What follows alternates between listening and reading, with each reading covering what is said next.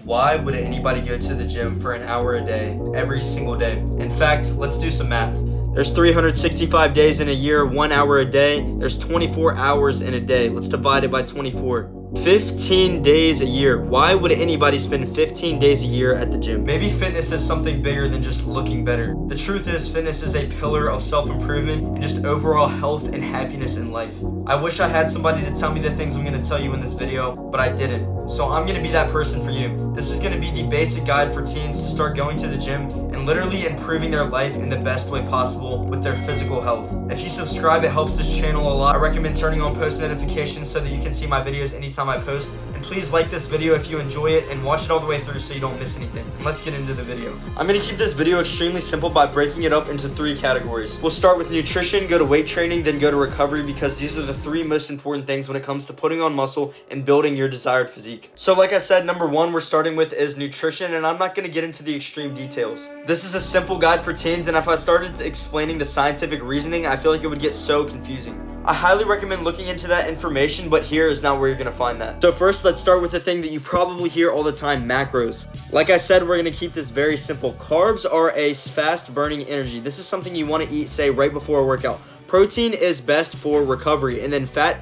is slow burning energy. What's most important is keeping protein the number 1 food that you're consuming. You want to have 1 to 1.5 grams of protein per pound of body weight. So me, I'm like 140 pounds. I'm going to eat like 140 to 150 grams of protein. You can do the math for yourself. I will say that studies have shown that higher amounts of protein usually result in more muscle mass, but that's a different topic for a different video. To keep it at the base level, just make sure that you're eating more protein than any of these, and then you'll be good. Now, the last thing we're going to talk about when it comes to nutrition is what a caloric deficit is. Basically, this is going to be for the people who are skinny and want to get bigger, or the people who are fat and want to get smaller, or if you just want to maintain. This is going to be the simple explanation. To put it in the most simple terms possible, this is how you can lose or gain fat. But instead of explaining it myself, I'm going to show you guys a TikTok that I saw recently. Here's what a calorie deficit is in a way that a 5-year-old can understand. Because losing fat is not as complicated as you think, since all fat is stored calories. 1 pound of fat equals about 3,500 calories, and your body also requires a certain amount of calories each day to maintain the weight you're currently at. That is called your maintenance calories. To find your maintenance calories, you can use a website like TDE Calculator to get a rough estimation of what they are. So now you know 2 things, that a pound of fat is equal to about 3,500 calories, and your maintenance calories, which for this example, we'll just say they're 2,500. So if you want to lose 1 pound of fat, the easiest way to do this is to subtract 500 calories from your maintenance for a week. So if your maintenance calories is 2,500 calories a day and you ate 2,000 a day, after 7 days, you should have lost about a pound of fat. So to summarize, body fat is just stored calories. So if you want to lose fat, you need to give your body a reason to use those calories for fuel. To do this, you find your maintenance calories using an online calculator and subtract 500 from that number. Now, could you subtract more? For most people, I wouldn't recommend.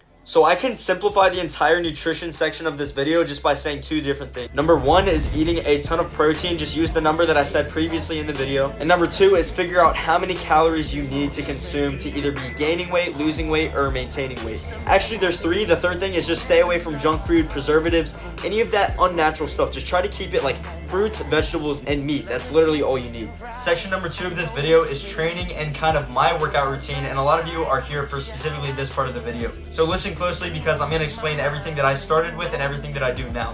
So I'm not going to lie, when I started lifting, I really had no routine, and this is one of my biggest mistakes. Best beginner routine, in my opinion, is push, pull, legs. Now, very quickly, I'm going to explain exactly what this is. Push is your shoulders, chest, and triceps. Here's the diagram right here. Pull is hitting your back, biceps, and forearms, shown right here. And then legs is your legs. That's pretty obvious. Now, there's a reason this works and why I recommend it to every beginner. It's because of this. So if you look on each different day, you're hitting a different muscle group. It's the opposing muscles. For example, the opposite of your chest is your back, which is why push and pull are 2 different things. Now, you might be wondering, why is this important? It's important because anytime you do a chest movement, usually you're hitting your triceps and shoulders similarly. For example, if I do a bench press movement like this, it's hitting my chest, shoulder, and tricep all at the same time. So pretty much when you hit a push day, every time you do, say, a chest workout, it's going to hit the other 2 muscles. And every time you do a tricep workout, it's probably going to hit your chest and shoulders too. It's pretty much pre-exhausting literally all of your muscles throughout the entire workout. Now, you might want to get ready to pause the video because I'm going to show you an entire push, pull, and leg day. So for push, you can do these exercises. You might want to pause and screenshot this so you can look up any of these exercises at any time. And conveniently, it shows each muscle that is being prioritized based on the workout. Here is what the pull day might look like with all of the names of the workouts. And here is what a leg day might look like with all of the exercises. Now, if you want to keep it bare bones, extremely simple, for push days, just do different types of push-ups. For pull days, just do different types of pull-ups. And for leg days, do different types of squats. It literally cannot get more simple than that. Now, the two key points to take away from training, and this is the most important thing, so pay attention to this, is progressive overload and hitting failure. Hitting failure isn't something where, say, you're doing curls and you're like this, and you're like, oh, I'm tired, I can't do anymore. Actual failure is gonna look like this. Like, you're gonna be struggling to get the weight up, you're gonna be shaking, and you literally cannot do another single rep. Now, progressive overload is, say, every few weeks you start increasing the weight by a couple of pounds. Because say you start curling 35 and you do it for 2 years, maybe in that first year you're gonna be shaking like this, like I said you're supposed to, but by that second year you're just gonna be cranking them out and you're not really gonna be able to tire yourself out easily. So because of that, you're gonna have to increase the weight, and doing this is how you actually build the muscle in the first place. I cannot clarify this enough. I'm gonna say it one more time for the people in the back, and I'm gonna make it very simple. Oh, I'm tired. No, you're not. You're tired. You can stop. You can stop, all right? But if you're doing this and you just like, you think you're tired, you're not. You literally need to be struggling so hard at the end of your rep that you feel like you're gonna explode. That is how you put on muscle, and that's how you need to be training every single time that you lift. The last thing I'm going to go over when it comes to training is your rep ranges. How many times you're going to be doing this, how many times you're going to be doing this per set. So the biggest mistake I made is having insanely high rep ranges. I would do 12 to 15 reps for every single exercise that I did. But what you should be doing is using a heavy enough weight to fail within 5 to 9 reps. The reason you do this is because this is going to ensure that your one muscle is what's getting tired rather than your entire body getting fatigued. So say you're bench pressing and you can literally just crank out 20 in a row, you're not doing a heavy enough weight. You need to get it to literally the point that you can only do like 5 to 9 reps. That's it. The final thing we're going to talk about is recovery. This is the most important thing, or at least on par with like lifting and diet and all of that combined.